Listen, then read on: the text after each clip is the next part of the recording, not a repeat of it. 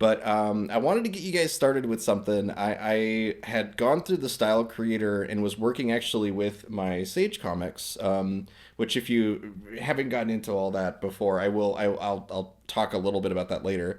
But the what I created with it was this style reference, the one that says 7293. Yeah, I'll just copy it for you guys inside of VC text for you, and that will get you something to get started with right away.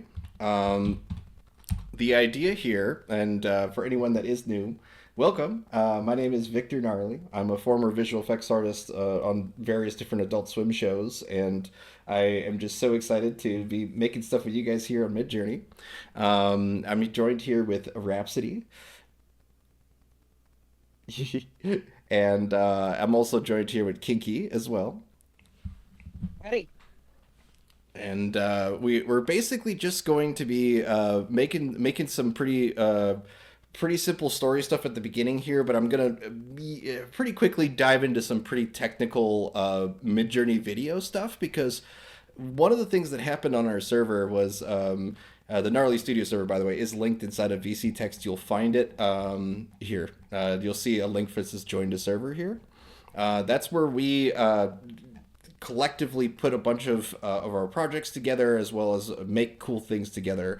But today you guys can do it inside of VC Create here on the Midjourney server. You'll find that just above the stage where we're talking right now. So if you look at uh, your channels here, you'll see VC Create and VC Text.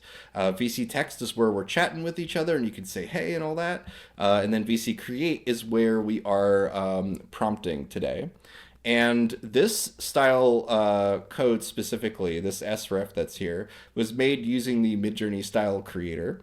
And I took a panel of my most recent comic and then ran that through until I refined it about 4 or 5 times. And what it does is it creates a really clean, anime inspired aesthetic with version with Niji 7. So like it just looks like a really poppy webcomic, which is really really nice. I think this is at least in terms of giving direction of what you can do with DG7. This does help kind of give a clean webcomic aesthetic. So if I wanted to say here's multiple comic panels, speech bubble, I could just put it in character descriptions or actually say what each panel should say or do. So like for example, I could say multiple comic panels depicting. Let's do. I want to hear from you guys. What sort of activity should a character be doing on this? We can have it generate the character to give us something to start with. But let's see. What did I miss? No, you didn't miss anything. we're here.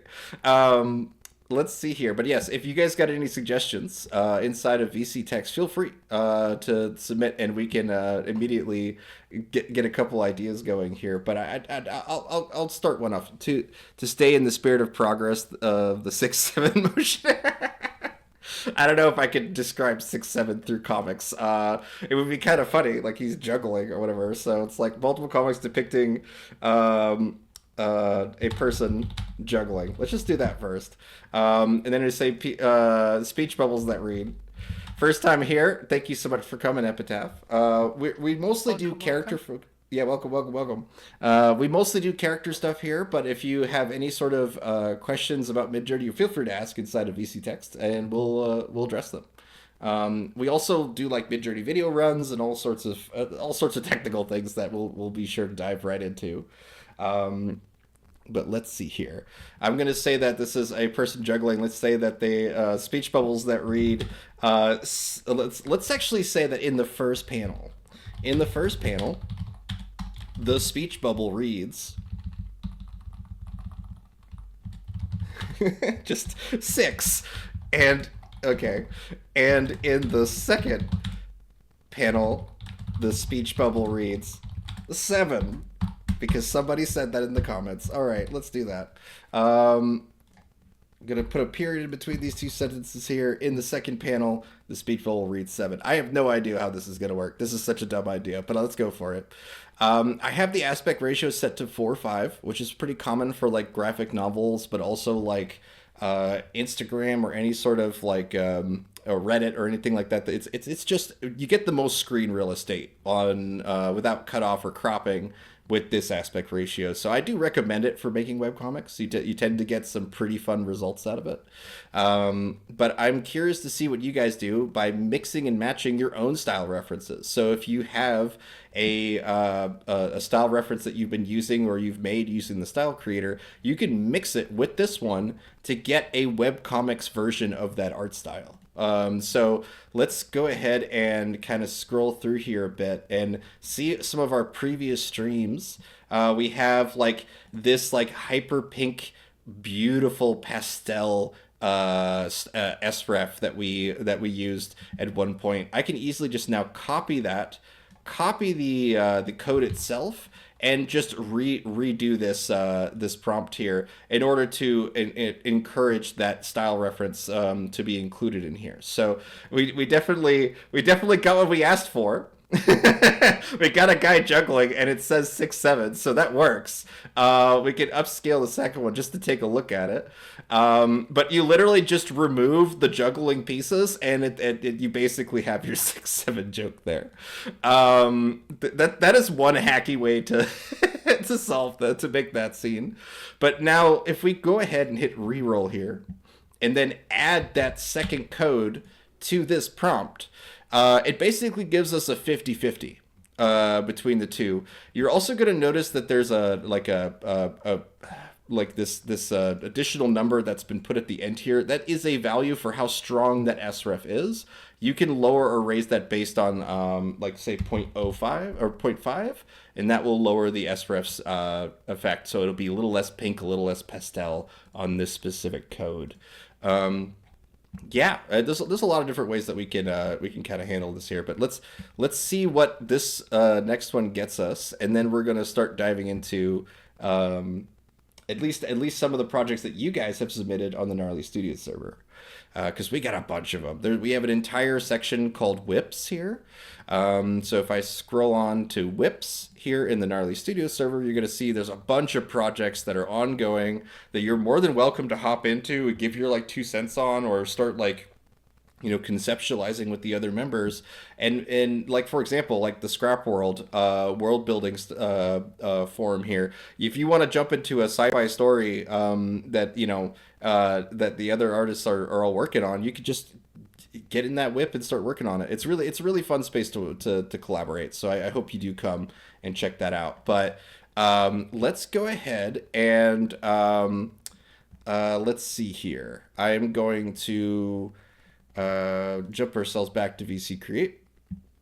Let's take a look at that pastel version now. And look at that. It is a very functional webcomic, but also now includes that pastel art color. That's all here. So it's like, this is how you can very quickly make an identity with Midjourney, right? It's just by combining these srefs and essentially repeatedly use them to the point where, I could start to recognize you. Some people can do that just with their prompts. Some people can do that like, with specific images or with older versions of Midjourney using omni-reference or character reference. But when it comes to what you guys are getting into here, multiple comic panels depicting a young orc in... Yep, yo, are you here? Hello. Hello? You can hear me. Okay. I can hear you, Yeah. not him. And Victor is gone. Oh, am I gone? Oh no. Oh, no. What happened? Perino. Hold on a second. He's back. I am Yay. back? Am I back? Okay, because you guys never left for me. Only You were- Rhapsody disappeared from my stream. That was it.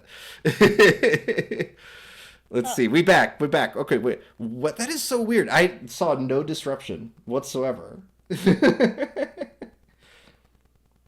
had a wonderful echo for a minute there, Reps. What? Yeah, that was weird. I don't know what was going on there.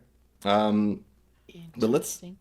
I want to see what you guys are already getting into with this. So I see Rhapsody has done Young Orc in a magic class experimenting with falling levitation. Yes. That's really cute. There's all sorts of good snippets that are here. I'm definitely seeing some fun witchery going on there. wizardry and It's witchery. just Mhm. a little bit too much of a certain wizard school archetype. Yeah, I yeah, it's very think. loudly that. So Um, it won't have too much unique identity by comparison with like it really does sometimes like certain SRFs will lean towards certain gravity wells if we want to put it like that. Like especially when it comes to like pop culture and all that, it's really easy to kind of end up in these places. So sometimes just swapping out SRF codes will help you stay within a more self-defined rather than corporate IP. it's But time for my favorite thing to do.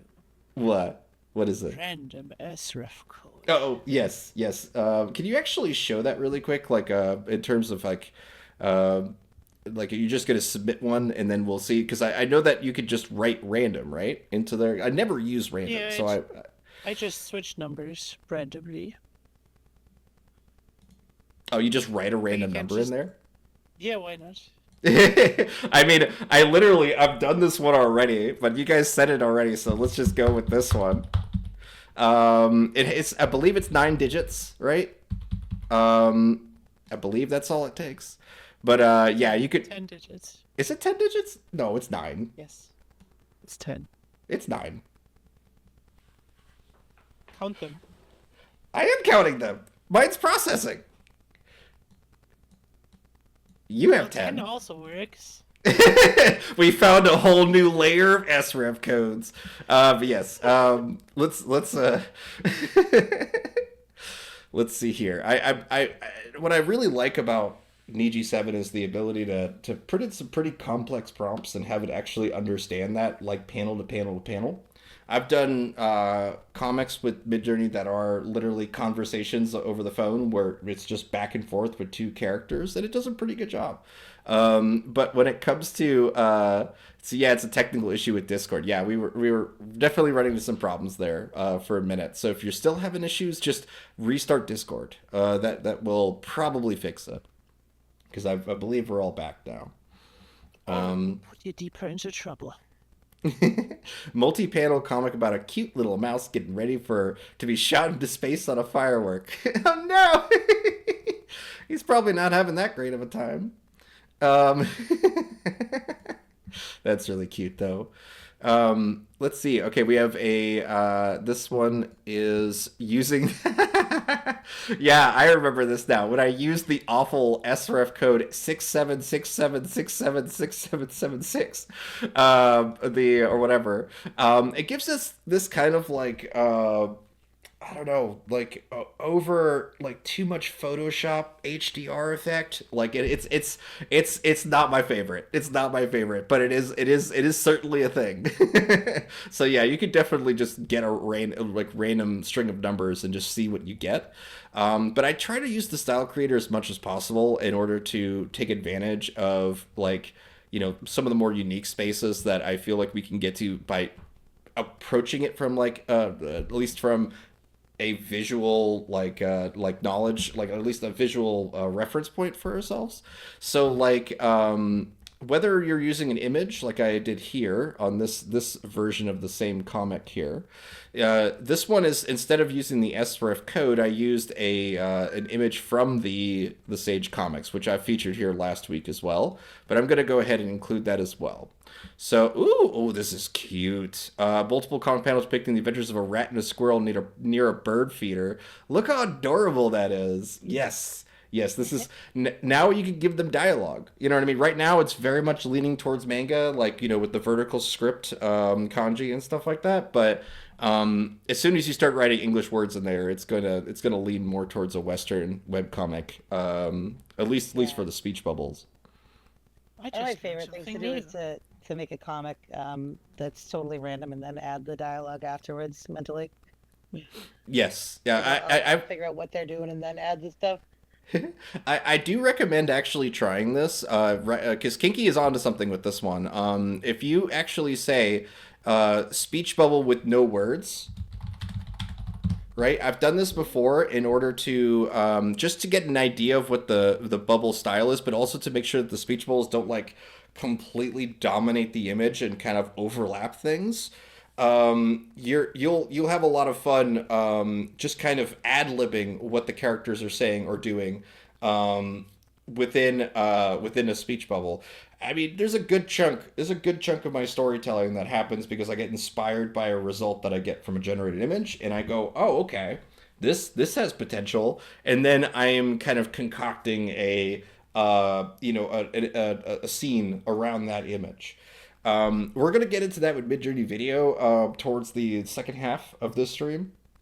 But for now, we are basically going to be doing the construction and setup of a comic in order to tell a story that we can then transcribe to video easily using it as a storyboard. So I'm looking at some of the stuff you guys have got going. I see some real fun stuff from Enid already.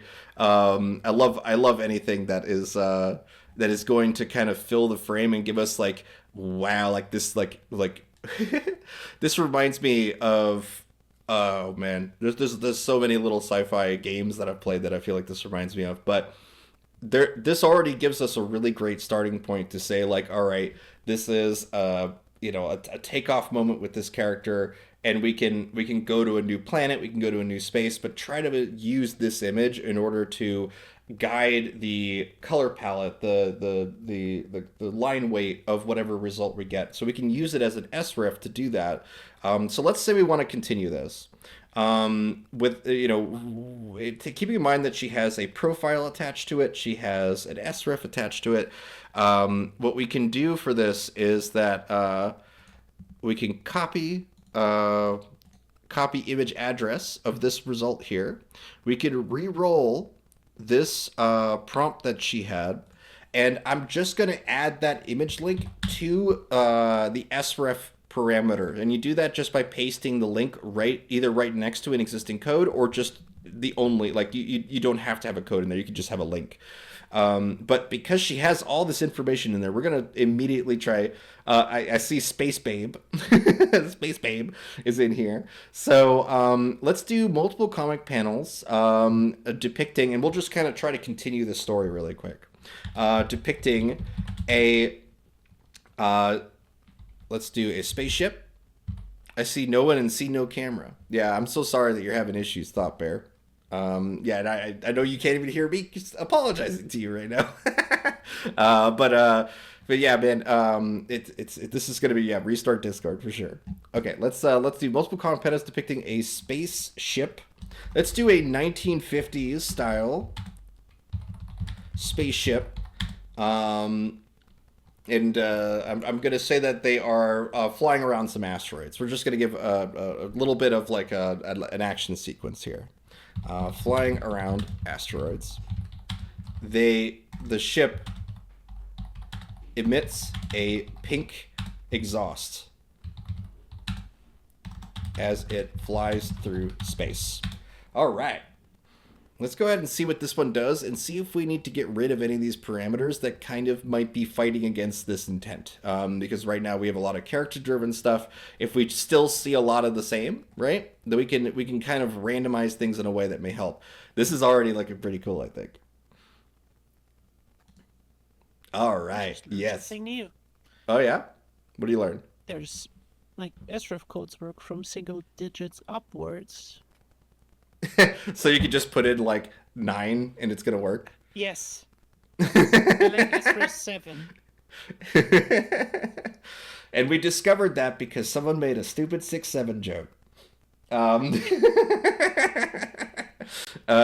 right, let's go ahead. I like this one a lot. Let's go with the first one here. Aha, yes, and I see that you're also playing. Golem is playing with some rough black ink ones. Huh? Do you know what that means? What? We have an sref of the day. Oh, an sref of the day. Oh, that's right. You can just put in today's date. Yes. Give it a go. Give it a go. See what happens. Oh, look at her talking to little aliens and stuff. That's funny, isn't it? So what I'm going to do with this first is we're going to actually open up the original that I had based this off of here from Enid. This one here. I'm just going to make sure that's open. And now I'm going to just take a look at this and see if there's anything that I can compare right off the bat. I like that the guys are kind of glowing with the ship, but I wanna see a different version of this ship. I like this composition. It's following what I described, but I want to see a different version of this ship. I like let's go ahead and just set variation subtle on this and submit. By doing a variation subtle, we are essentially preserving the composition, but we're changing the details within this. And sometimes that switches, the panels a little bit. Sometimes that switches like minor details and things. But if we want to do a dramatic change and only like kind of take a loose inspiration of this, that would be variation strong. So let's see what we get. SRF is kind of cool. Is it? Yeah, Let's see. it's actually quite useful. that is actually pretty badass. Yeah, we'll give that a go with some fantasy prompts. We'll definitely give today's SREF code a go. But I like the way it developed. Okay, so I'm going to see this. Let's see here. There you go. Thank you for linking the code. You can find it right here inside of VC text. Let's see what our different versions of the ship look like here. All right. I am going to say that I'm going to re-roll this one again. I feel like we can get a little bit better. I want to try to say that there's like less of these like portholes and things all the way through it. Like I don't like all these windows. So I'm going to put a negative prompt. No windows. I'm going to say no port windows.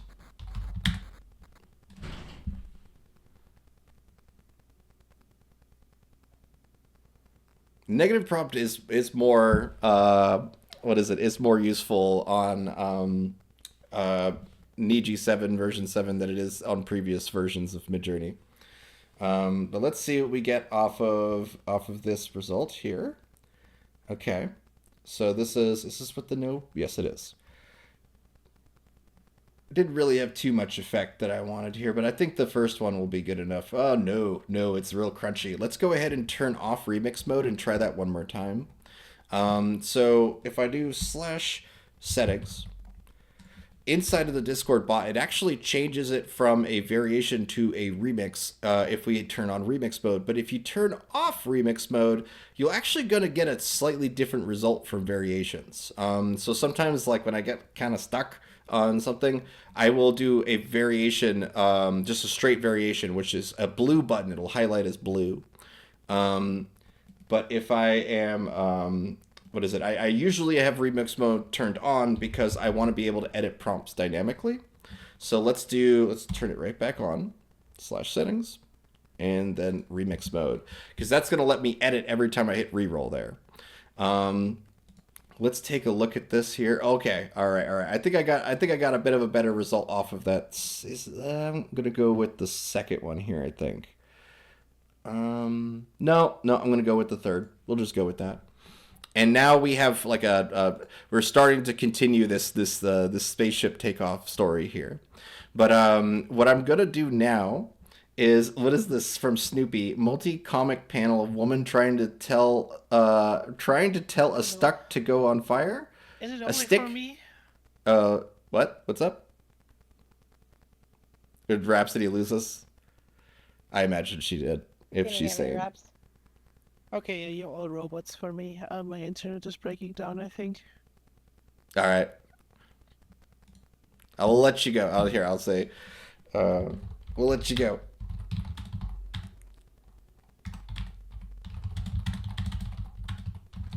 Okay, cool. So what I wanted to notice here, what is that from Snoopy here, trying to tell a stuck. So like this is funny because you can make spelling mistakes and things, and Midjourney will understand what you mean. Tell a stick to go on fire, but the stick says, "I am a stick." Rough black ink manga. So it understood through the context that we were still talking about stick, and it's very cute.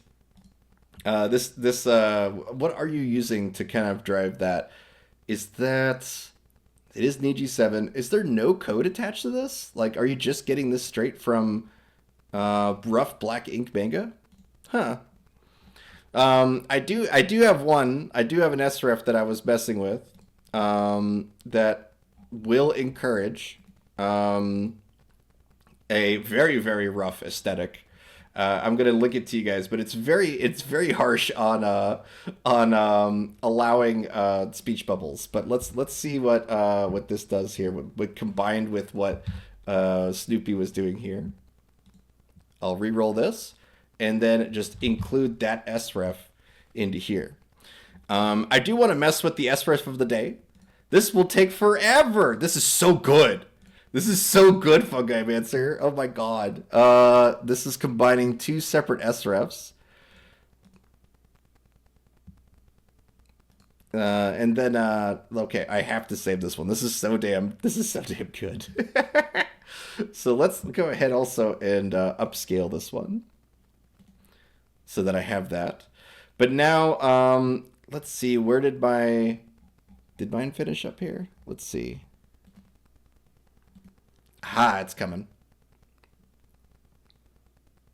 What's unique about this sref code is that it makes things that are like purposely almost looking like they're not just drawn on paper, but also photo scanned. Like, it has this very authentic look to it that I doubt a lot of people are going to. And if there's a couple of horror like kids horror movie books that this might remind you of, it definitely has that aesthetic for me. And you can notice like each one of these is a different textile that it's like imprinting this on. So it's really, really cool. I think it's really cool. But this is the one where it's the stick from earlier, and I just really like the kind of Victorian, almost more of industrial era woman with this stick. It's just such a, you could see the contrast though. The influence of the sref is enormous. This is the kind of chibi like aesthetic of it with the prompt, but this is with the sref code. Look how dramatically different that is, right? It has a lot of use to it. So I think especially when it comes to trying to make something that looks like something very different, very like, anime is quite common these days. If you want something that kind of really stretches you out there from it, then yeah, that'll help. Whoa, what is this? Oh God. This reminds me of a Kentucky artist that would draw, he would paint with single hair brushes, extremely small brushes that were single hairs, and draw canvases that were the size of post stamps. And the guy was insane, like literally, it's like Joe Crow or something like that. He was literally insane. He had a couple screws loose in his head. And he has a really famous painting that's not much bigger than, I would say, like two stamps stacked on top of each other. And it was a depiction of his parents, and it was like some of the most foul stuff in the tiniest little image. You had to use a magnifying glass to see all the details. It's insane. But I'm reminded of his art with this, how loud this is, because it had a very similar loudness. Let's see. My partner paints, but her canvases are 3 to 12 feet big. Tiny, tiny brushes and microscope brushes. Yeah. It's a form of masochism to do that, but it's part of the process. I totally understand that. Okay, so I'm seeing a lot of really fun comics from you guys already for using this stuff here. I'm seeing a whole bunch of unique codes as well. This one here is from Noob Lady. I'm curious about this sref specifically. Is this one that you had made? Or was one that you had found on maybe the Explore page? I haven't talked about that at all yet. I'm just curious, Noob Lady, where this 19171800066 came from, because it's pretty cute. But if you go to the Midjourney website and you hit the Explore button up here, you're actually going to get a whole bunch of sref codes right off the bat that you can just start experimenting with and maybe find your own unique voice through this. Because by combining srefs, you're essentially kind of locking down color palettes and locking down line weights and all that kind of stuff. So mix and match until one really speaks to you. I mean, this one speaks to me from a mile away, just because I love anything that incorporates beige, browns, and like yellow and blue. This is very subtle blue, like very, very, very, almost completely gray, but there is a little bit of blue in there. That's what I love about it. So I'm also going to say just try style. And it says the prompt can't be empty. All right, so let me just copy it then. And then I'm going to paste that into here, and we'll just say a prompt that is kind of like a basic test prompt for us, which is quote quote. It's like we call it a void prompt, but essentially it just gives us a really good idea of what this sref code is really best at doing. Is it going to be character focused? Is it going to be environmentally focused? Is it going to be graphic illustration sort of focus? Is it going to look like a bunch of logos? That kind of thing. Gives us a good starting point. This is like I would say like valedictorian inspired survival. Like I see a survival story going on here for sure. Definitely tell a fun zombie story with this style here. But let's see. New Blady said no. I just found an Explore with search terms comic panel. Oh, you use the search function. Neat. Yeah, that's neat. So like if you go to Explore here and you just did search styles and you went comic panels. Oh, look at that. Yeah. And so like it is definitely, if you know what you're looking for, right? You could certainly kind of refine what your style codes are just based on keywords. So that's pretty cool. But now what I'm gonna do is kind of dive into the sref of the day. Whoa, Fungi Mancer, what are you doing? What are you doing here? um, okay, okay.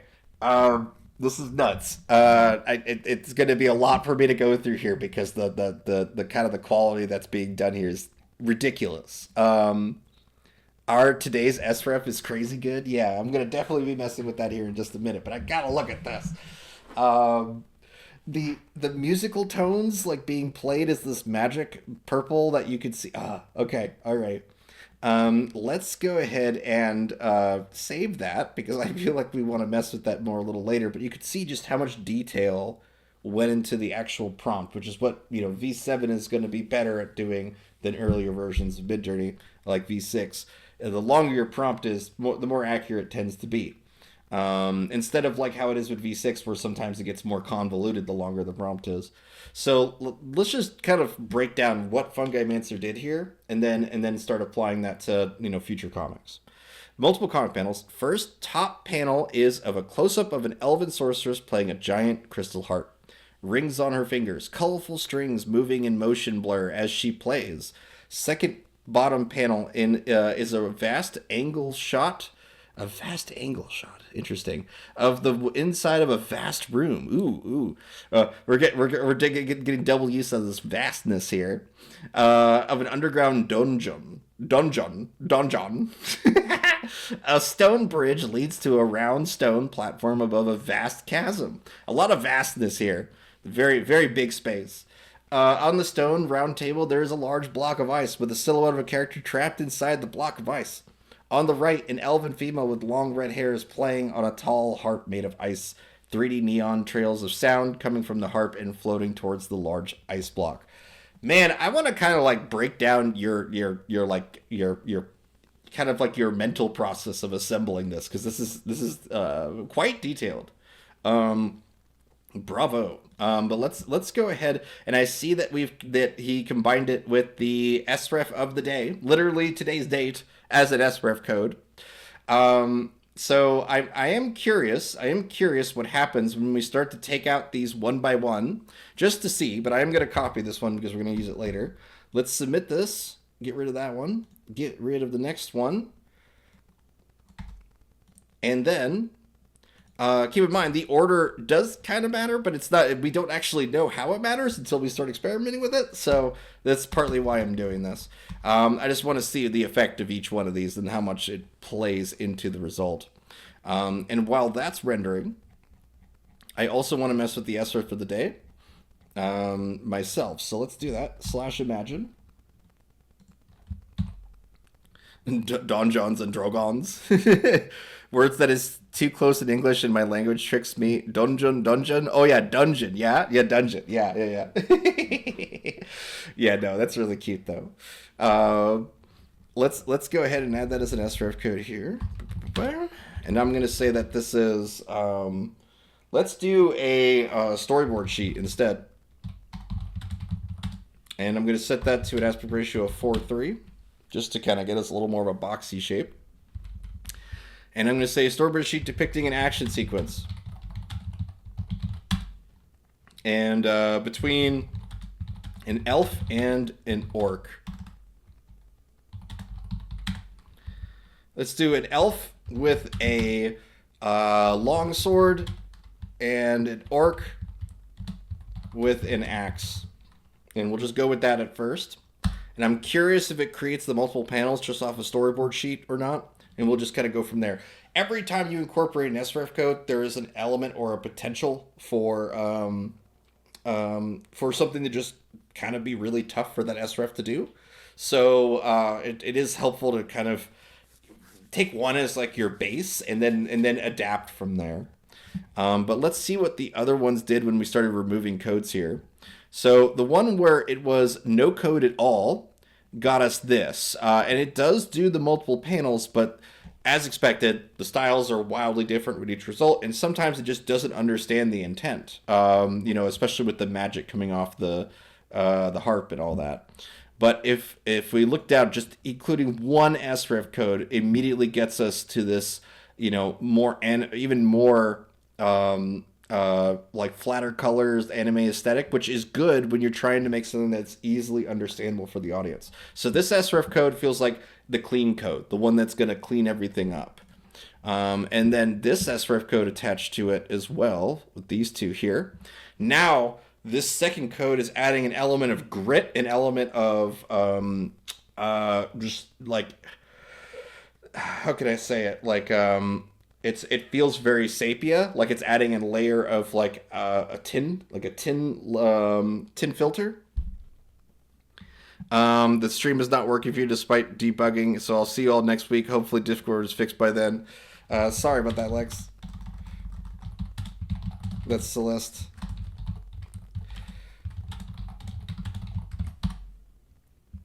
All right, so now when we combine all three of those, you get the one that Fungimancer originally came up with. So that's really cool. Let's see. Can't expect much from a small indie company like Discord. Yeah. But let's see here. Oh, there you go. There's the Victorian zombies. Yes. At least that's how it felt like to me. Okay. Because they're now eating brains with this style here. That's pretty fun. But what I want to do is the orc storyboards here. Okay, there we go. So it is not storyboards. They're very much still graphic novel, which is kind of why I did that prompt. I really wanted you guys to see what happens when you kind of go against what you're seeing, like what it's doing well. So like let's now lean back into what it does well. Let's also start describing better the orc and the elf. So let's do, instead of a storyboard sheet, I'm gonna do a graphic novel with multiple panels.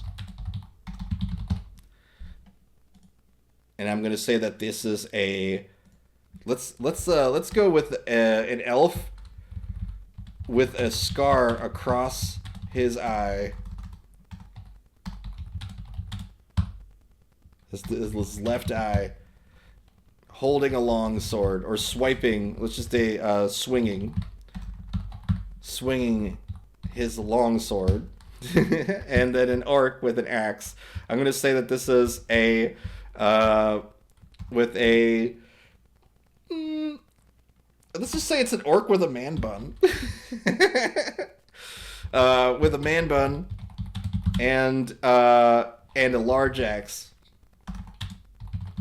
I'm trying to add a little more flavor, a little more texture to the details here, but then we want to add more functional stuff. Let's just say that the elf has a speech bubble that reads, "You green scum," and the orc has a speech bubble that reads, let's just, was like, that's mean. Okay. And then I'll hit submit on here. Sorry, I'm kind of in a giggle fit today. Those three srf codes are great together. Yeah, they really are. I'm definitely getting some like high production value, but also still looking drawn. Like it has that good balance that's there. A rough sketch. There you go. Yeah. It is kind of funny what it determines as rough. I think for a lot of artists, this wouldn't be rough at all, or just half finished, right? But yeah, let's take a look. Ooh, ooh, that's one angry mushroom toad there. It's not a toadstool. This is Sabia drawn style with the creator, and then story mix. That's awesome. That's awesome. Let's see. Is that okay? Yes, it is. It is coming in. So I do think that the SREF of the day is going to make some overtly pretty people. And I say that because the orcs are also very handsome. We definitely have our elf with a long sword and a slash in front of the eye. 100%. We have that character. Like these basically right here. So let's go ahead and upscale this one. What is this? Ooh. I love this sort of like almost like infected, like purple infected, like it's I don't know, like it seems like this is an unnatural energy that is, you know, that is emitting all these purple flowers and whatnot. It's just it's cool. I like it. It tells a story for me right off the bat. But with this here, I can immediately notice just like the orc as much as I do appreciate that it understood that's mean should be coming from the orc. I do think that we need to either describe the orcs as being particularly like, you know, ugly in some way, or we need to lead on a different SREF in order to make sure we don't get nearly as many pretty people. Probably a prompt will solve it though, like editing the prompt farther. But I do want to use this. I do think there's some potential in here, so this gives me an opportunity to talk about the Midjourney editor and how we can use that pretty dynamically here.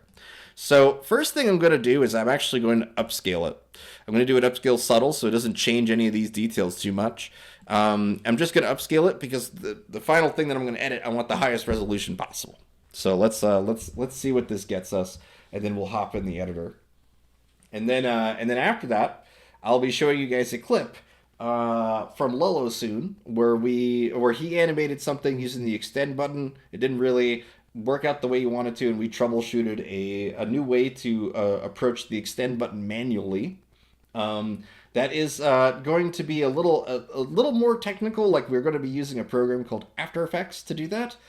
You will be able to follow along with programs like DaVinci and a few others, but the idea with this is that I wanted to show you guys that there is another level above the Midjourney website when it comes to working with video, especially when it comes to assembling your videos. You're going to need a video editor of some sort anyway, so might as well learn something that has a lot of utility to it, like After Effects, because you can do so much stuff with it. I really want to show you guys just the full extent of that. So let's go ahead now and jump over to the Midjourney website and start to make something with this elf character here, because I think he just looks kind of badass, huh?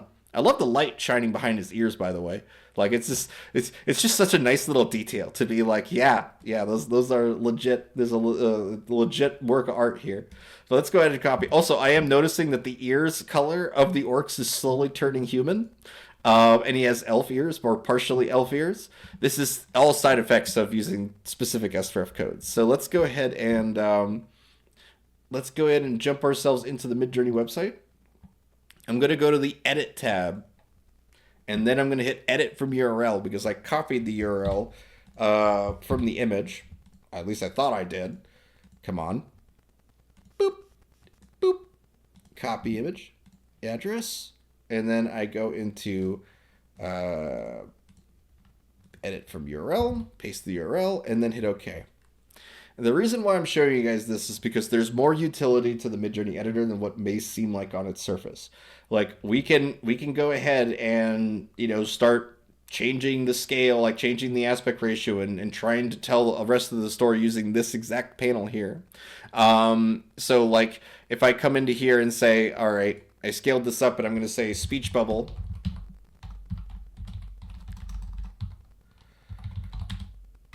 Speech a bubble that reads, the green scum line from earlier that we had.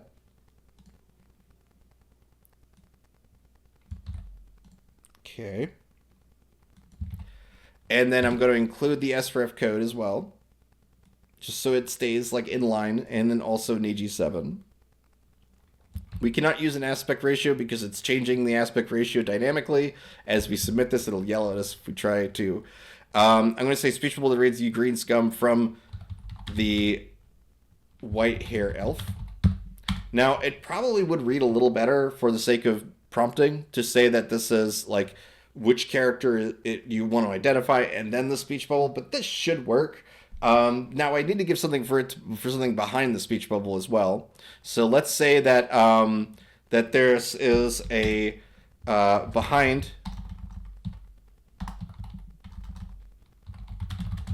the speech bubble is a green orc getting slashed by a long sword. We're getting a little violent here. Nothing too crazy. Within the realm of like, PG fantasy at this point, I think. It really just depends on when we get back, but yeah.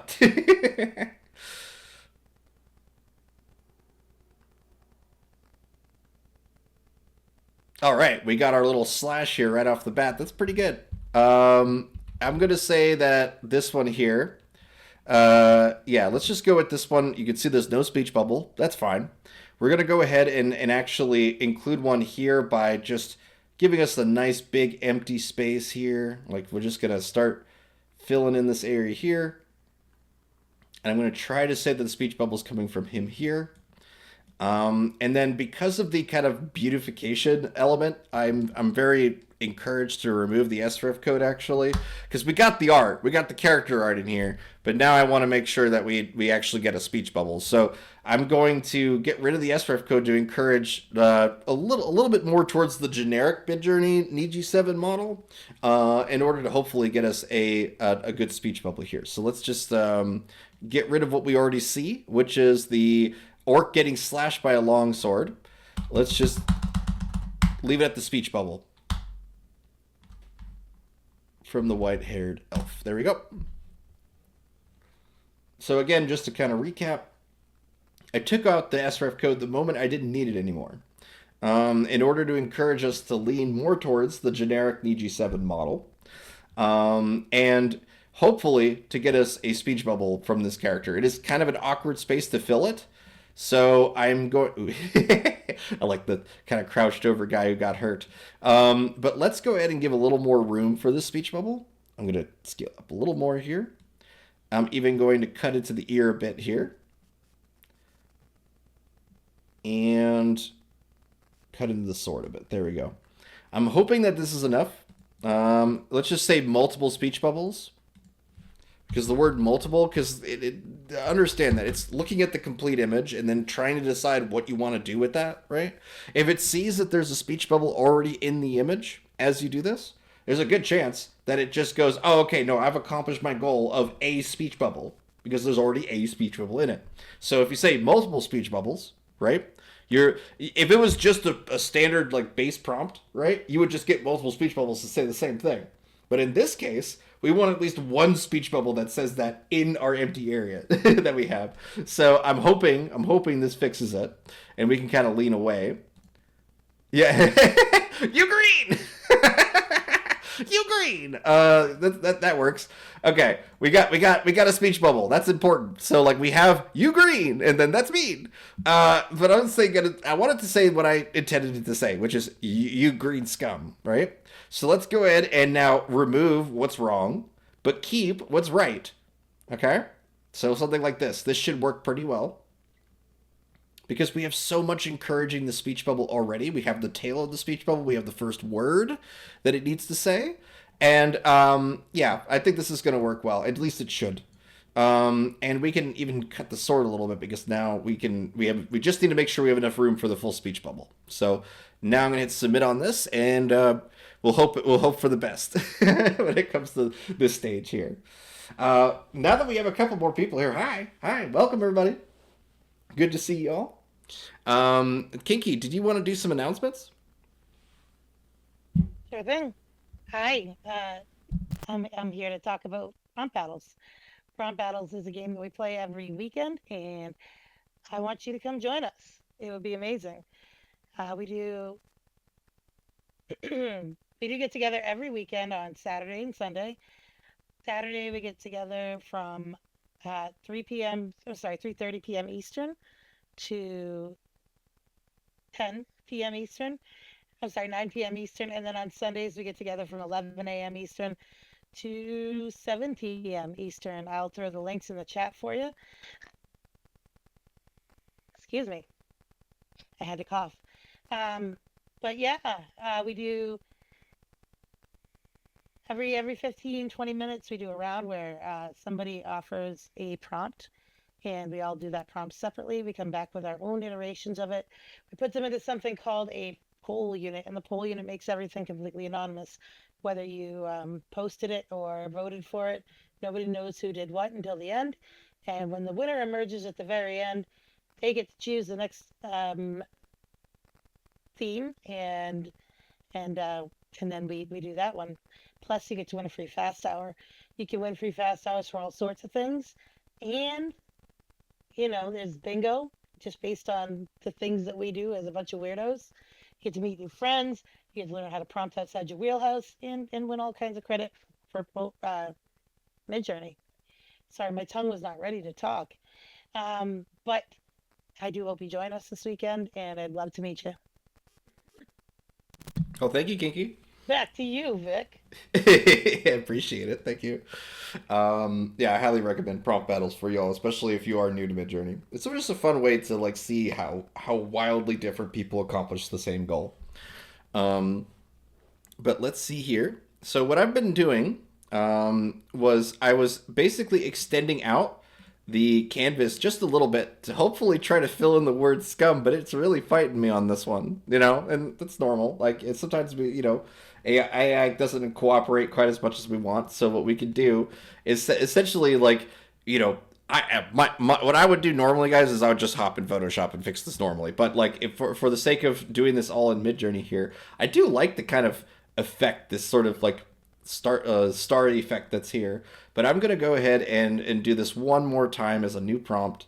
You green, and then hopefully it figures out that I want scum, just the word scum, because that's the big difference here, is that we've gotten to the point where we got 2 words out of the 3 in here. We should be able to get this last one here. If I was doing this with a traditional editing software, I would individualize each one of the words and then position them to be evenly spaced. That also encourages, when you then generate with it, where that word will go. A lot of AI models are getting better about understanding text retention, right? Like, whatever you write in there, this is the words I want you to say, not interpret. So let's just see if we're able to. It's very much just wanting to call them green. That's very much what's happening here. I'm actually gonna have it preserve the word scum here, and maybe we could take advantage of that. This is kind of a hacky way to do it, honestly, but I really want this to work. So I'm gonna see if I could just take advantage of the exclamation mark that's at the end there, and try to get the rest of the speech bubble in there. Yeah. I'm even going to take out the rest of the word green, just to kind of lower the scale of the font a bit here. And that should get us the rest of this speech bubble. Okay, because I don't want to keep fiddling with this damn speech bubble. I want to get to the fun thing that I wanted to show you guys. This is more of me determined to finish a joke than it is for me to demo what I intended right off the bat.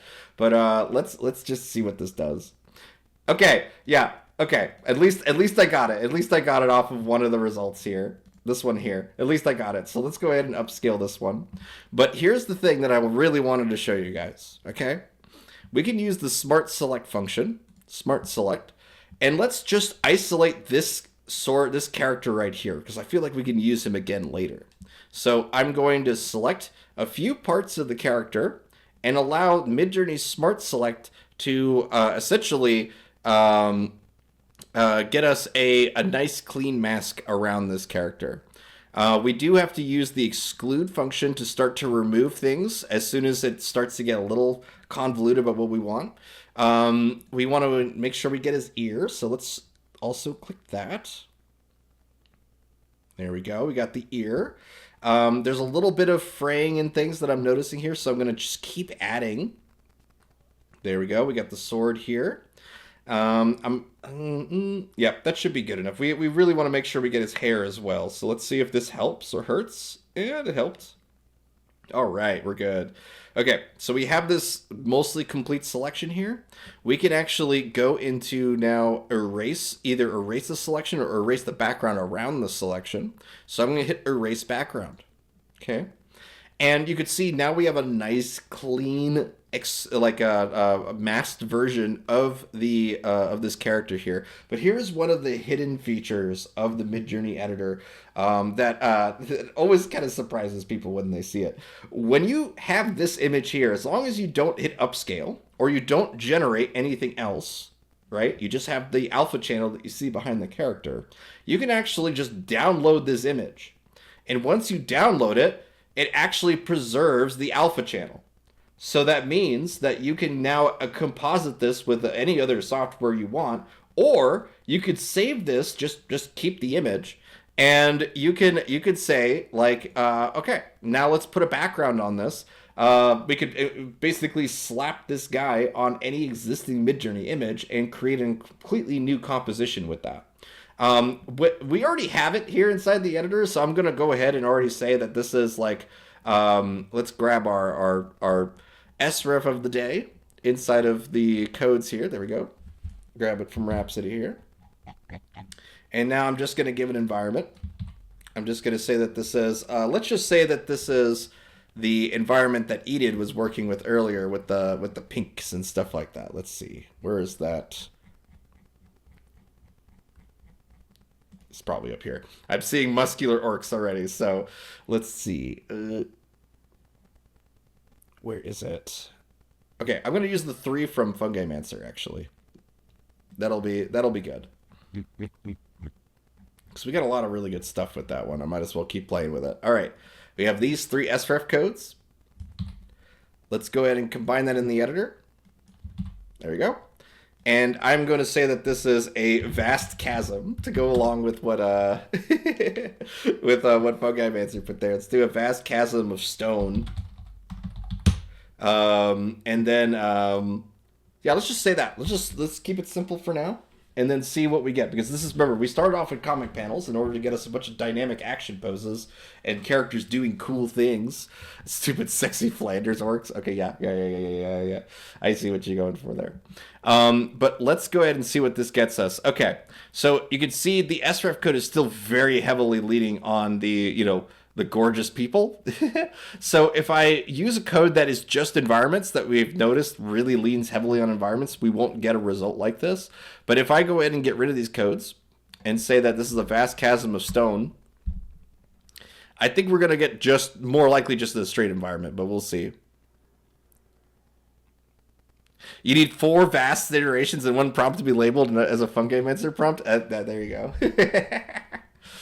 All right, let's see what we got here. Okay, we have 2 character. It's still more character-driven stuff. Okay, all right.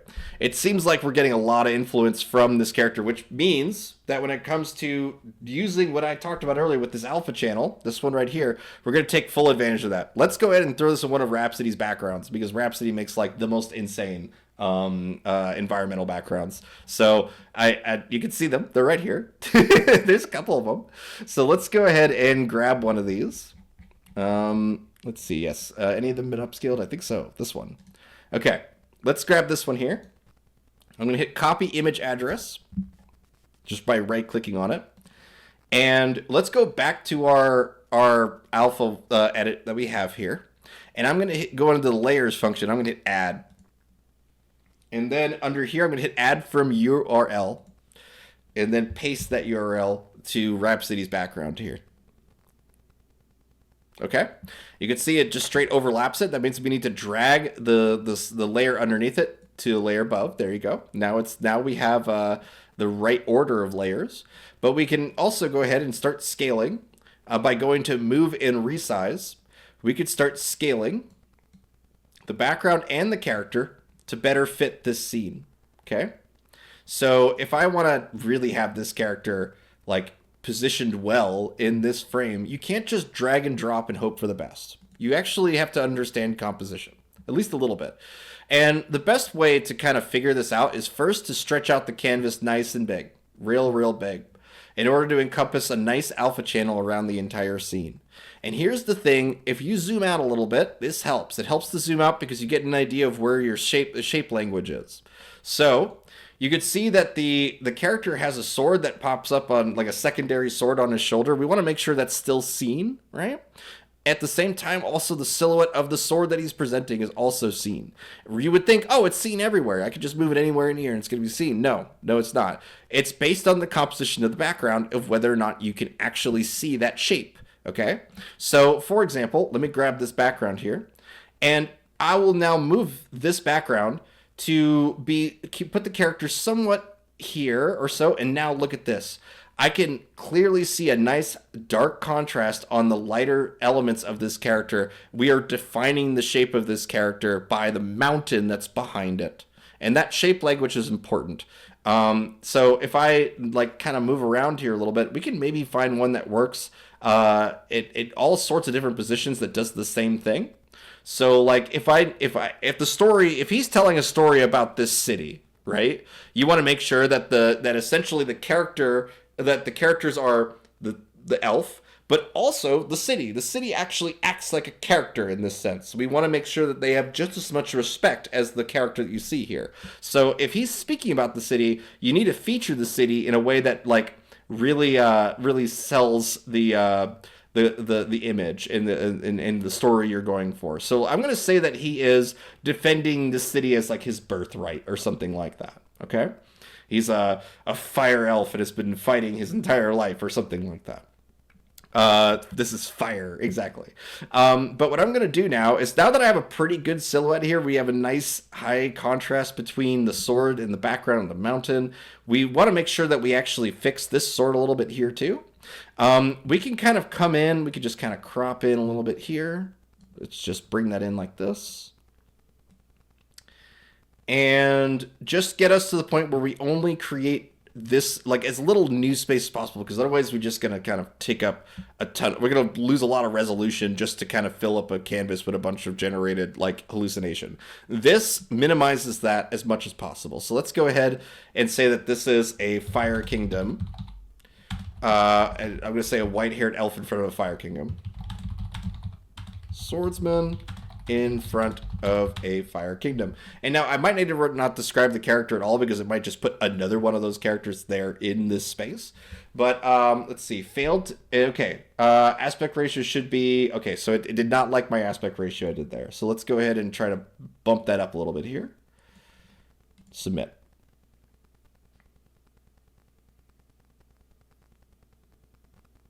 All right, that worked. Yeah, the editor has a lot of potentials for things to kind of go wrong, go right, whatever. Like there's also like filters that you have to keep in mind, so on and so forth. But look how good that looks. We have a really clean setup now. But let's just check our options here. We have a what looks like the start of like another like aqueduct or a large stone building to the left. We have a couple mountainscapes, another tower, and a kind of a church. I'm gonna go with making it look like we're defending this city, and there's now a volcano in the background. That's badass. Okay, let's go with this one. So now we're gonna do the cleanup stage, and in order to get to cleanup, because we've now flattened this image with this edit, we can go back into the edit function here, paint. And then we're going to now make sure the rest of the sword is respected here. So this is why the prompt starts off with just fully written what we want to see. That becomes one of the most badass Emberborn images ever. There we go. We got it. So now I'm going to come into here and just finish up his sword shape here. Something like this. Okay, and I want to make sure that elements don't actually confuse the audience much, right? Like there's if you notice back here in the hair, there's a couple of falling like lava plumes that actually collide with the shape of his hair and kind of look like you can't really tell whether it's hair or lava. So I am going to get rid of the ones that immediately touch his hair.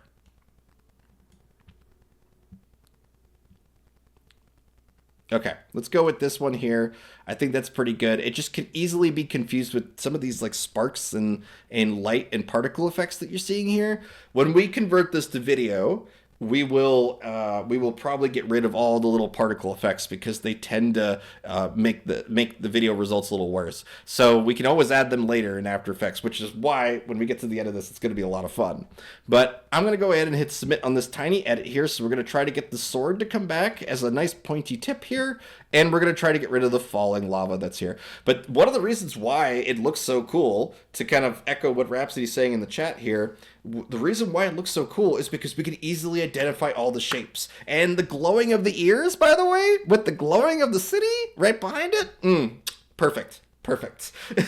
Like that all sells. That all tracks. So let's go ahead and hit submit here. We're basically just relying on a yeah, exactly, yeah, chef's kiss. There you go. Finger licking good. Oh no, I'm worried about spoiler stuff that isn't from AC. I know AC knows this, like what to share with this. I'm gonna click it. Rocket rides. Okay, that's fine. That's fine. But yes, it's a nervous click for sure. Okay, let's take a look at this. Did we get the end of this? Yes, we did. Okay, there we go. I'm going to go with this one here. But you notice that we have a little bit of fraying on the sword as well, and this comes from using the Smart Select. It's not perfect. It gets most of it right, and usually it's able to patch any weirdness because you're generating around it. You're not like using a fill bucket. But I'm going to go ahead and actually trace the edge of this sword now that we have it all the way up to the tip end here. I'm just going to trace this sword, just the edge of it. And then I'm going to come in with the restore tool, shrink the tool as much as possible, and make sure we preserve that nice line that's in the middle of the sword, because that's going to dictate how long this sword is. If you want to go full on anime trope, by the way, just make it as long as possible. Yeah, I'm sorry about that reason. I hope Discord figures this stuff out before we're done here today, but never a guarantee for that. This is not the worst bugs that we've dealt with. Definitely not by far. There's all sorts of bugs we deal with streaming on Discord. But let's see what we get just by cleaning up the edges here.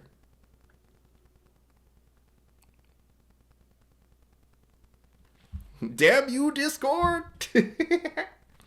All right, let's take a look.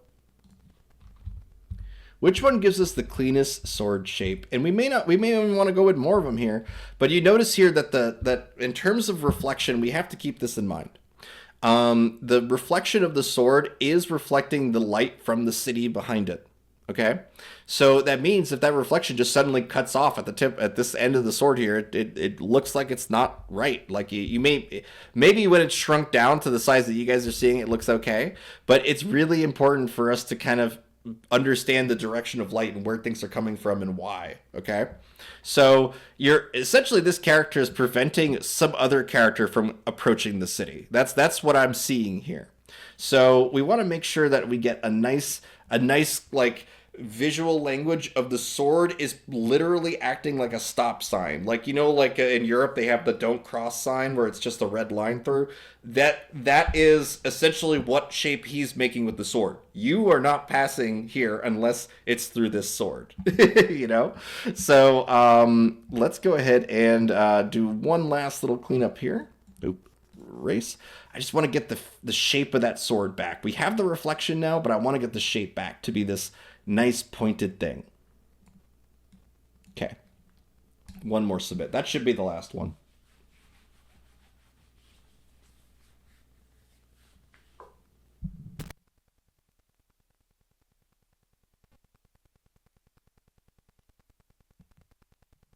All right. Let's take a look. I like the kind of older one I got, honestly. It's just, this is the right length. It's just not the right highlight that's on there.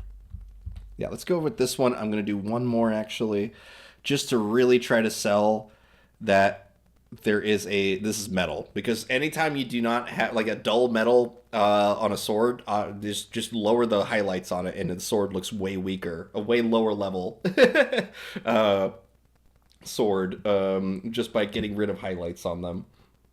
But let's go ahead and see if we can get this. Yeah, yeah, that's what I want. That's what I want. I want just that little peak of like brightness that happens when you get to a curve on metal. Yes. Okay, let's go with that one here. So let's go ahead and hit now upscale to gallery. And I know Rhapsody's gonna want this image like right away. I know that she's gonna have fun with it. So once this submits, now remember we started off with a joke. The you green scum sword, the guy looks cool, but we were able to basically use Midjourney to storyboard a just a moment with a character. Okay, we then composited that character into a new background that made more sense, that was cleaner, and gave us something that felt it frankly is now humanly made. Because whenever you're working with raw generated imagery, especially nowadays when people have been now a couple years exposed to what generated imagery looks like across multiple models, people, at least the young people, are starting to say AI coded, which is kind of interesting to me. Like they're able to see it faster than anyone else now. Just the children, like the kids, the teenagers, they're going, man, this looks so AI coded.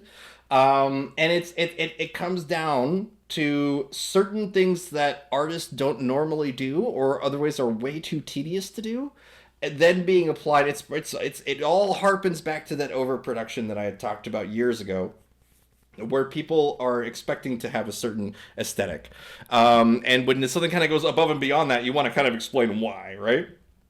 And this one goes above and beyond for all sorts of reasons, but it now has that human layer to it. It has that human touch. The compositing, and the editing has real value that you see immediately. So let me go ahead and send this to Rhapsody because I know that she wants it.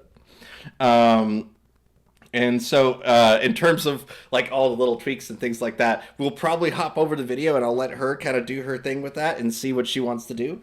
But I want to get into what I had built for Lolo soon next, because I feel like there's a lot of potential for diving into video editing and the more advanced slash intermediate level stuff that you can do with a Midjourney image. But just to kind of give you an idea of what I think Rhapsody is going to do, she's just going to bring this immediately up to start frame and then start animating and start building videos, or maybe even adding it to her mood boards and stuff like that. But we're gonna just run two of them with no prompt on there, just one in low, one in high, and I'll let that go. Do we have a Twitch channel live? If some don't hear the Discord, I don't know if that's a solution. I don't know if that is live today. I don't actually have the ability to check that live without causing a bunch of audio echoes for you guys.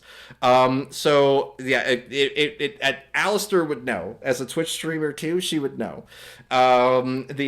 It's AC is in San Francisco today, so he probably didn't have the ability to be all set up for the Twitch stream because he physically does the Twitch stream with me.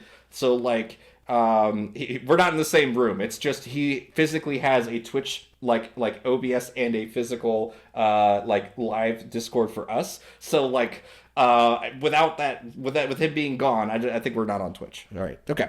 It is offline. Okay, good. Thank you for confirming. Appreciate that, guys. So let's go ahead and now that we've done like compositing and we're starting to get into video here, I really want to show you guys what we had accomplished on the Gnarly Studio server with one of our members' projects here. So I'm going to first show you guys inside of media here that Lolo soon has a series called The Ghoulies. The regulars here will be very familiar with the Ghoulies, and essentially, it is a a fun like teenage haunted like stories with monster of the week kind of thing. But I wanted to show what they had produced first. They had made this really cool animation sequence of like revealing the light from underneath the door, and then a character walks in through the door. And what they were struggling with, just to kind of summarize some of what I'm seeing here, or at least what we had talked about. You could see that they had gone through and done all sorts of stuff to try to make this video work, to try to extend this and make it into something that they felt was, was going to have a lot of potential. So you could see they have all these keyframes of the different moments with their characters, and they use different AI models just to kind of assemble all this. But if you go ahead and take a look at the final result, I want you guys to kind of first see what the raw version of it is, and then you'll see how I fixed it. Okay, and it's not about fixing it; it's about doing it in a different way. So, oops, so let me actually download this so that it's a little easier for you guys to see. Okay, there you go. So you see that the animation starts off as we saw here, but then every clip after that is 5 seconds on the money, as in it's just basically hit extend, hit extend, hit extend. And you can see that every time that the extension button is hit, there's a little bit of a wobble, a little bit of a shake. And this isn't Midjourney's fault. This is actually the construction, an issue with the construction, with the end frames being slightly different or slightly off from the previous. I didn't see the Looney Tunes ending there. That's funny. But let's go ahead and double back here a little bit. Okay. So you can see they provided all the keyframes of what they had. And essentially they were like, what do I do? What do I do with this? And so what I did was, the first thing was I ran it through Photoshop. I ran each one of these keyframes that they generated. Okay, I ran each one of these through Photoshop and included a blending mode called difference. And what that did is essentially show me what differences are between these two layers, right? So it essentially, when I'm building this image or this back up here, I'm just going to open it for you guys. Let's see, where is that? I need to actually open up the project folder here. Just a second, guys, sorry. There we go. Okay, and now I'm just going to switch monitors here so you guys can see. Okay, so at this point, what you're seeing here is the manual clean versions of each one of the panels. And so as I go up through here, you can see the background doesn't move, it doesn't wobble, it doesn't. There literally is just the changes of each. Anything that changes in the frame is the only thing that's included in each layer. So the idea here is that with this now cleaner version of the keyframes, I can now assemble an animation. But what I ran into here, and this is explained pretty deeply inside of the Gnarly Studios server here, is that by using difference, you essentially say, hey, I am going to only focus on the darkest parts of the image, and as soon as the image is as dark as possible, I can tell what is different about the image. So by isolating to specifically, to only the elements, like you see here, the selection that I've made here is only what changed instead of the entire frame. That means there is no flicker, there is no wobble in between each one of these clips. So you could see it also if I just rapidly click through Discord. Look at the way the background wobbles. It actually squishes on the last frame, as an example. That's the most extreme, but you even see that there's a bar that gets added to the top, right? These are artifacts of jumping between different AI models, okay? So the thing is that by the time I got to it, this is what mine looks like with the exact same thing of me clicking through. Notice that the only thing that changes is what moves in the scene. The back, like this, the ceiling doesn't change. The walls don't change. There's literally nothing that changes except for what the characters do inside the scene. That's the first step. That gets us much cleaner results, and Lolo's immediately able to animate way better off of these. And you could see just even like the character animations heavily improved by doing that and then running the HD models, okay? The second thing about this is that we are running with 5 seconds as a hard limit with Midjourney Video, which means that if you only give like 1 or 2 seconds of action, like opening a door or peering into a door, any sort of phrasing you want, that doesn't take 5 seconds to do. That takes like 1 second to do. It takes 1.5 seconds, right? So that's why you tend to see loops like this whenever there's not enough things to do in the prompt. I did things like extend the light, like have the light and reach into the room, and then she opens the door. Really try to push what actions happen in what order. And so by the end of it, I was able to take all these alternative shots, and then this is my version. So you saw Lolo's version before, and now let's watch mine. This is the first version, and then I show you how I keep making it better.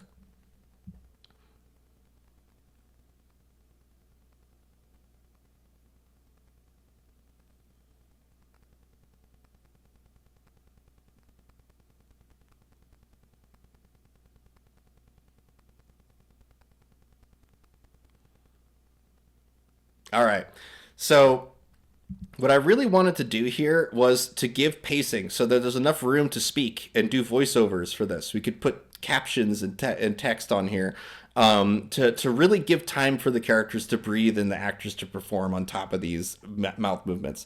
A lot of times with AI video, the characters talk all at the same time. It makes sense for that to happen when this character falls from the ceiling, right?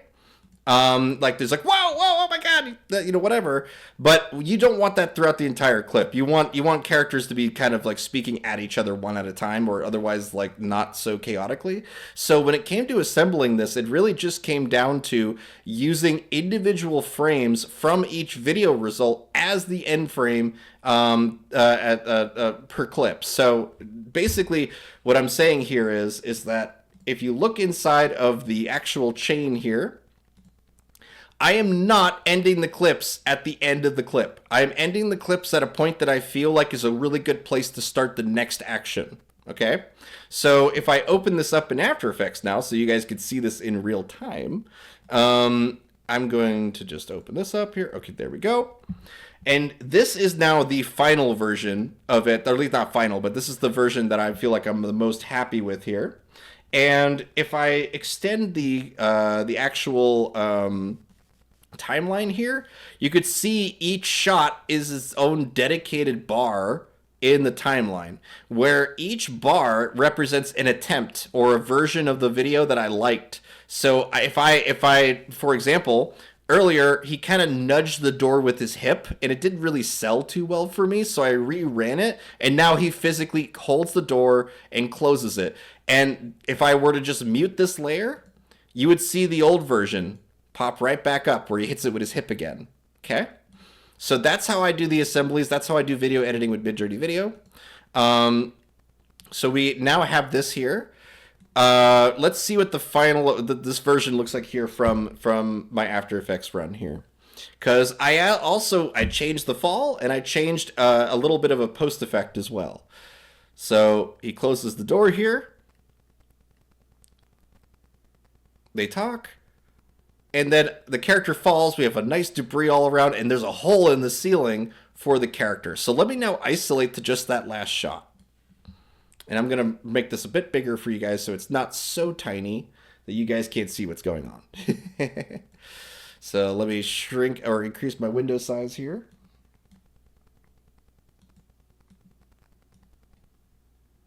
There you go. So what I wanted to show you guys is just this last clip. Oh, no, that's not the last clip. Hold on. There we go. Now I'm just going to hit play on this. So what I want to do is I want to composite some more effects on top of the character here so he kind of like breaks through.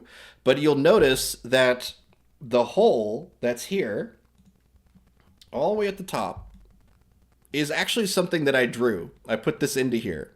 And I did that by having essentially a blending mode applied to the layer.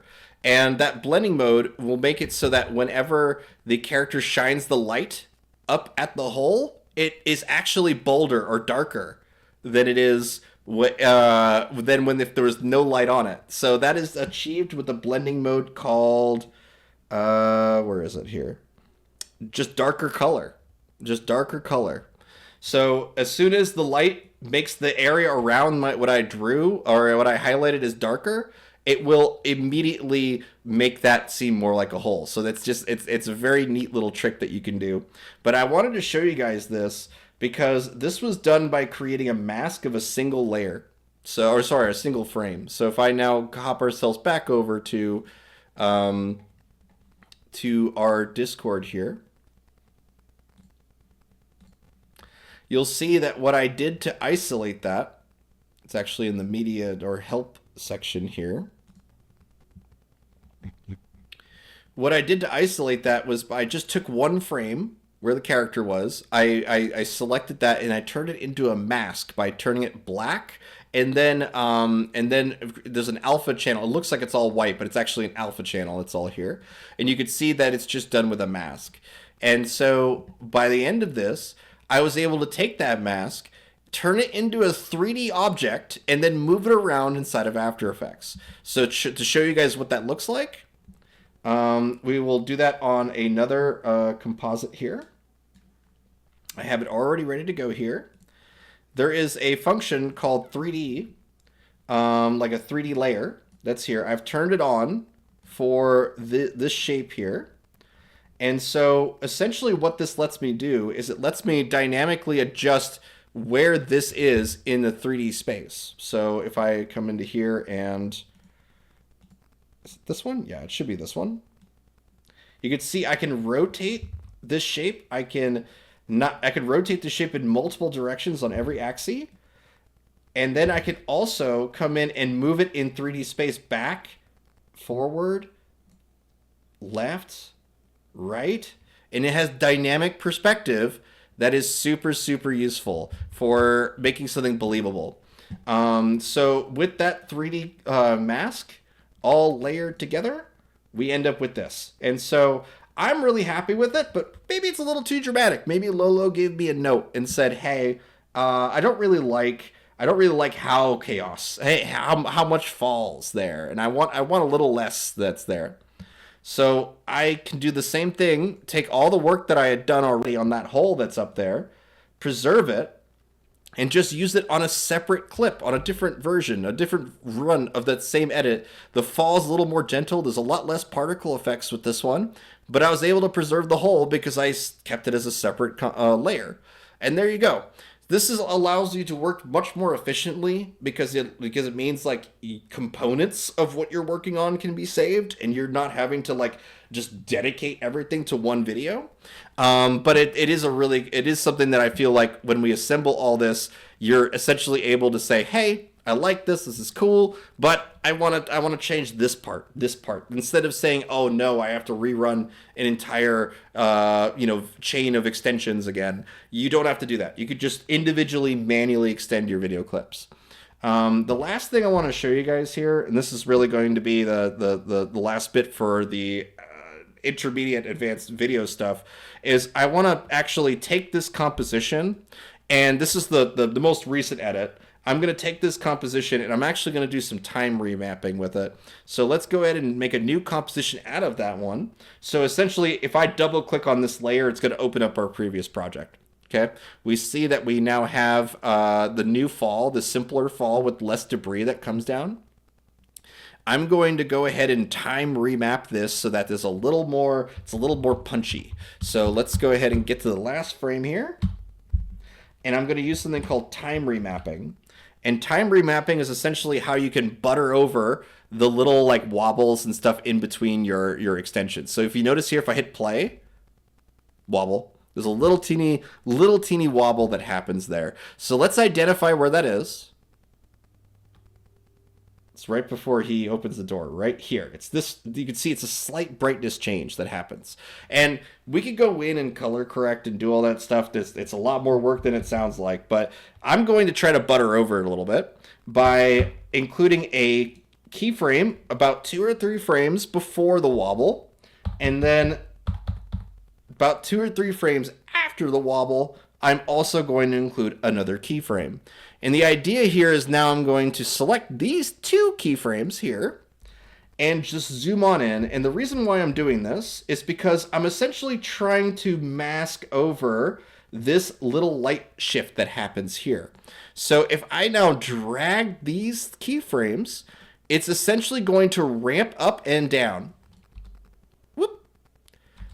And depending on where you kind of calibrate this, like bring it in maybe a little less, you can kind of go over all of it and not have to worry about doing any sort of... See, now it got worse, but if I go one frame later, it's better. And it just comes down to the math that involves ramping up the frames in a kind of interlaced way. So these are not whole frames. At least they're not understood as whole frames when you start ramping them like this. So we can now find where that wobble is here and try maybe the next one. Yeah, that made it worse. So let's bring that back down. This is about as good as we're going to get right now. But we can always come into here and also apply a color balance layer to it that will essentially finish the deal here. But I always do a little bit of a time remap in order to make sure that I get rid of 90% of the problem.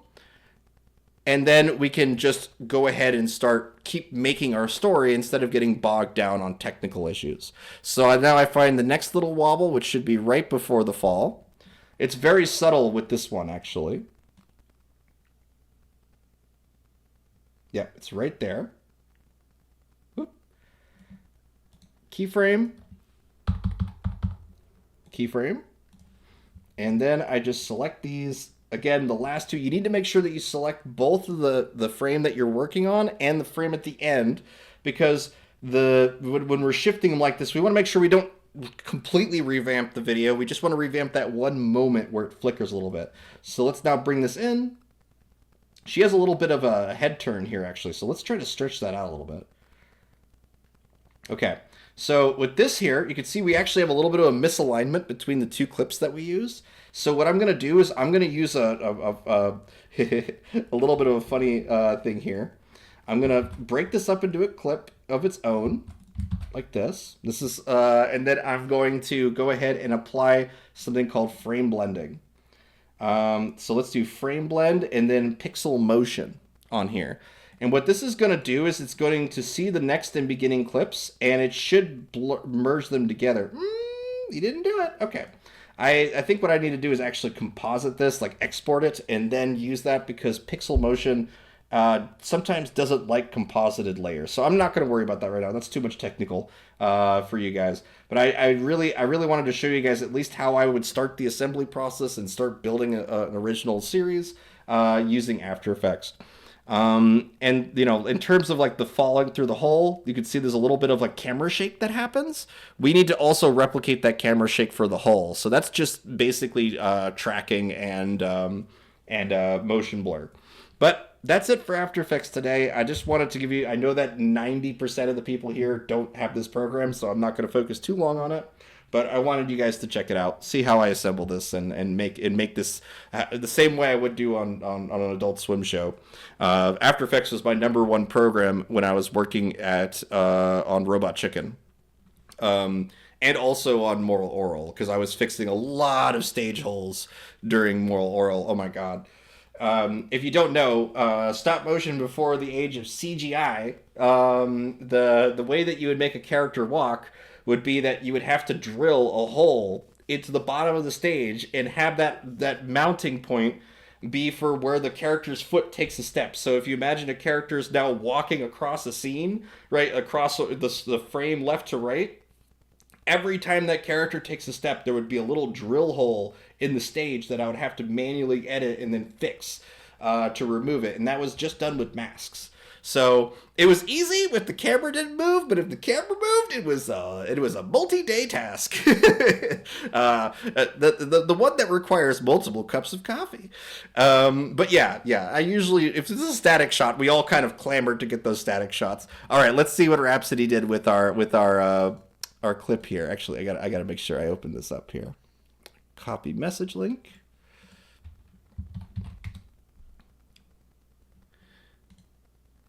Yeah. I am Varys, and I fight for Emberborn. Oh, that is so badass. That is too badass. Okay. That is exactly what I knew Rhapsody was going to be knocking out of the park here for us today. So this really does show you though that it is actually keeping the silhouette through the video model as well. If you notice, as the characters approaching us and stuff, the light and the way that everything that we applied, that we were like, this is the right composition for this scene, is all being respected as he moves. Yeah, I love how his hand how he moves his hand here. It's so calm and different, right?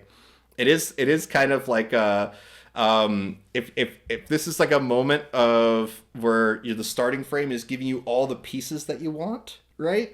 You can now continue this as being like a dialogue between characters. You never even include that initial frame, because that is obviously a rather defensive pose. It's a rather aggressive pose, but now you have him like casually talking. So he has two swords. I wonder if the other one is silver. There you go. But it also is true, because he has two swords. When he puts the sword down with his arms down, now it's not kind of silly that he has two swords, right? It's more like he's greeting you at the entry of Emberborn. So I dig it. I love it. We should definitely extend this one and kind of play around with that, because that's rad. But there you go. We'll in terms of like the video editing stuff, I really want to get more into that stuff with you guys, but I feel like I really want to have a companion tutorial for like DaVinci or another free program. Yeah, just as a I'm a gummy bear, gummy bear. Ah! Yes, that scene is amazing, by the way. Rest in peace to that voice actress. Let's see here. Da, da, da, ooh, yeah, Fungi Mancer going hard again. Going hard again with these Emberborn prompts here. Okay, we got some zoom up of dramatic reveal of Crystalline Cathedral. Yeah, yeah. Oops. Shouldn't have full screened. Very cool. Very cool fly up shot. Yeah, I'm digging these. Feel free to check inside of VC Create. There's a lot of really cool stuff that these guys have done here. It turned wonky. The smirk at first, the epic scene, so good I can tell he may have honor, but he has a massive ego. Yeah, yeah. Oh yeah, for sure. I like this though. Like this reminds me a lot of like I don't know, like it feels very much like we are telling the story that one day this city is going to be like kind of like a Pompeii, right? It's just going to be a city of ash and burning. I could see that. Like you're kind of implying that with this image, you know? Um, Look at his effing belt. Yeah, I'll definitely take a look later. Ooh. I love it when you just kind of experiment with Midjourney video. Like you don't really have an intention of what these panels are doing, right? But you just kind of going, how is it going to incorporate that into video? It's pretty cool. But yeah, I it's one of those things where it's like experimenting, and then I'm like, man, I wish I could use it for something. But it's very cool. Oh, look at that. That's pretty cool. Anime lizard character running away in a fantasy kingdom on a volcano. I do like it. I almost think that he's like a dragon's head was grafted onto his head, like onto his body, and it's just like how it manages to survive. Like the only way to make the last of this dragon species survive is by grafting it on a human temporarily, is what I'm seeing here. There is a an exploitation film, a black exploitation film from the early '70s called The Man with Two Heads, and this is reminding me of that movie. um, it's let's see here. It's for my troll for you, by the way. Yeah, only when I lived at home because I'm not hauling around the second system. Got it. Yeah, yeah, that's exactly what I thought. Ooh, the lizard character now. This is yee. Oh, I like this. Oh man, I played so much lizard men people in EverQuest back in the day. But no, this is awesome. Um Ember Bird is burning. Let's see here. A couple other fun ones here. That's rad. Yeah, I'm really digging what this we got to tell AC, by the way. Someone should tell AC uh about the SREF of the day. It's to me that's more fun than the daily theme, in all honesty. You know what I mean? Like, just to kind of be like, SREF of the day is kind of a fun way to be like, here you can literally put any number you want. But let's see. All right, we've kind of gone through all these. I really do dig them. There's so much stuff from you guys, though. I talked for a good minute there about video models and stuff. So let's see. Justice for hot, muscular orc women against this slander. Very, very nice. Very nice. I like that. And this was done with just the prompt, justice for hot orc women against slander. Good. Good, good, good. Yeah. I am ugly to orcs. Oh, oh. Yeah. Now I will say I once did a slash describe on an orc-like character from my partner that they drew. It was just like a little cute goblin orc-like character, and it described it as grotesque art. she was she was like, I know, it's just to hear an objective opinion that says, or objective criticism that says that it's grotesque. I just wasn't ready for that. Yeah, never slash describe a picture of your own face. You're not gonna be happy. Ah, where do you think I got the tired eyes from my prompt? The tired eyes comes from me slash describing my own face. Uh, let's see here. If you don't know what she's talking about, by the way, if you go into it's just easy to do at the website, but you can just hit slash describe and use any picture you want. But if I go ahead and say, let's, you know what, for fun, let's take this image that I have of uh what is it, of my After Effects run here. I'll use the Midjourney website, go to add images, and then if you notice here, it says that if I am drag or just paste an image into here, let it load for a second, you can actually describe it right here inside the menu, or drag and drop it to get a description of the image, which does reverse image, and or just what is called an image interrogation. You see it says drag images to describe. And essentially, it does the same thing that you would do if you're generating an image, but in reverse. It's describing an existing image. And that's actually like, at least from my understanding, that's why like captchas don't really work anymore. Because you can literally go, all right, AI image, generative imagery, apply this to these. Which one looks the most like car tires or whatever? They all go into trading stuff like this too. But like, oh man, there's so much change because of image interrogation in the world. I mean, the fact that YouTube can notice a video has violent content in it within seconds after it's uploaded, because it has like it's been trained on very nasty violent videos. It knows what to avoid, what is like the most liable for YouTube, and now automatically applies a blur over that stuff. That's the kind of stuff that happens because of improvements in knowledge about what's inside of an image. So you can see these are my videos that I made of this guy here, just hacking and slashing around because there's no prompt. It's just doing that interrogation, and then giving me a result based on what it thinks is happening inside this picture. And you can see it's all sorts of craziness.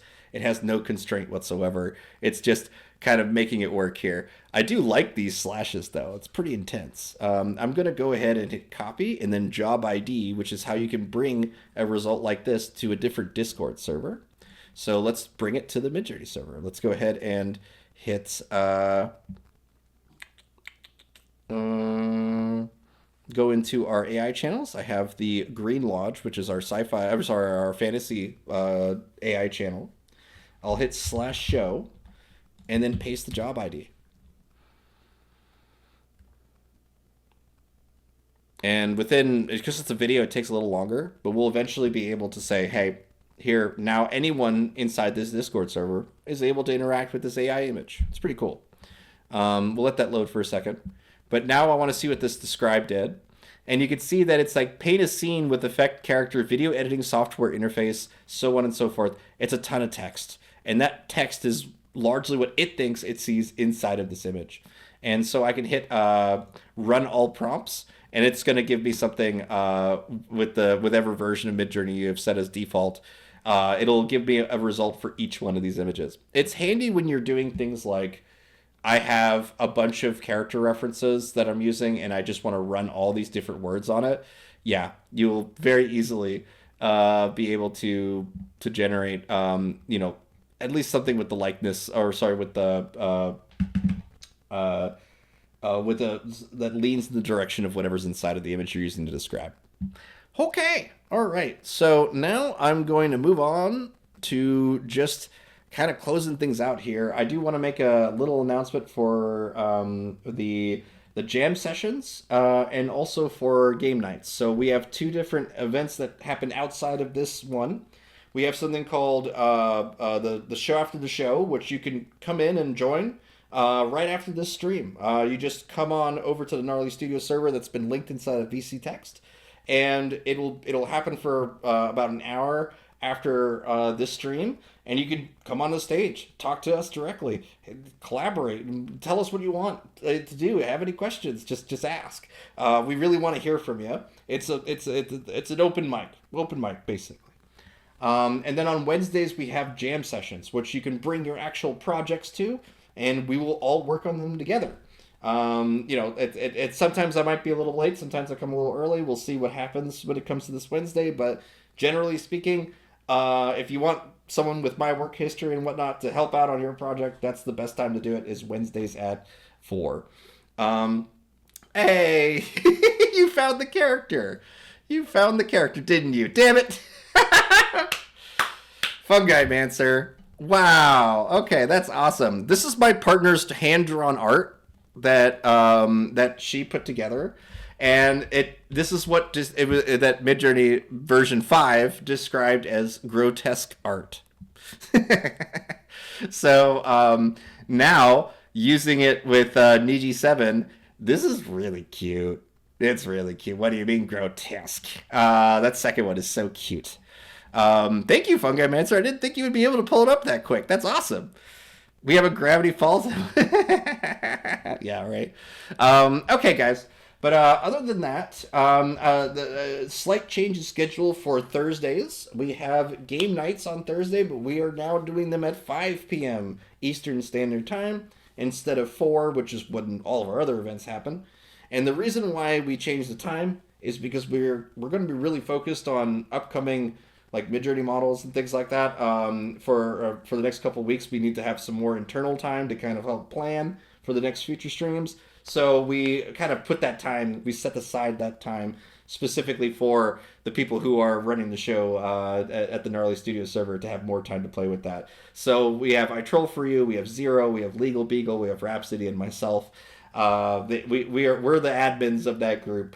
But so thank you guys so much for keeping that place alive, and I will see you on Thursday, and then after we do our meeting, we start playing games.